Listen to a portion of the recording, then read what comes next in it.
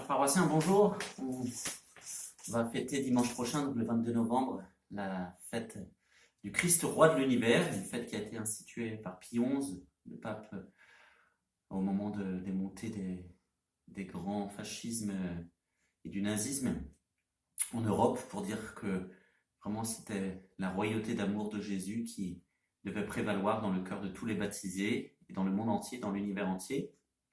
Et cette année, c'est l'évangile de Matthieu qui nourrit notre méditation lors de cette fête.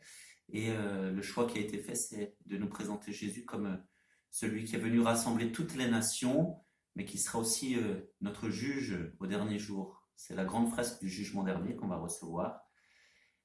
Et Jésus, le roi mystérieux de notre évangile, bien scrute tous ceux qui se présentent. Il met les brebis à sa droite et les chèvres à sa gauche.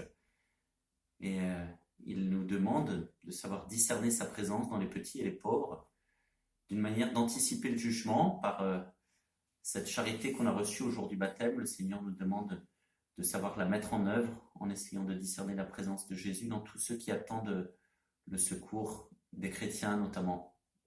Si nous n'avons pas reconnu le Seigneur dans les petits, eh bien nous risquons de n'être pas reconnus au dernier jour. Quand est-ce que nous t'avons vu ? Demande le deuxième groupe de l'évangile de dimanche prochain.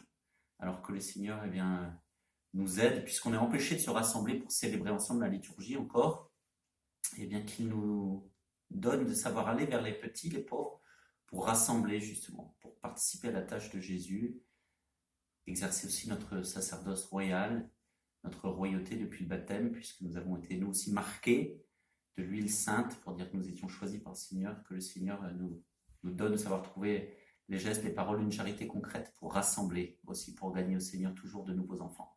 Alors bon courage à tout le monde, et puis on devrait maintenant se retrouver assez vite pour le début de l'Avent. Bonne suite.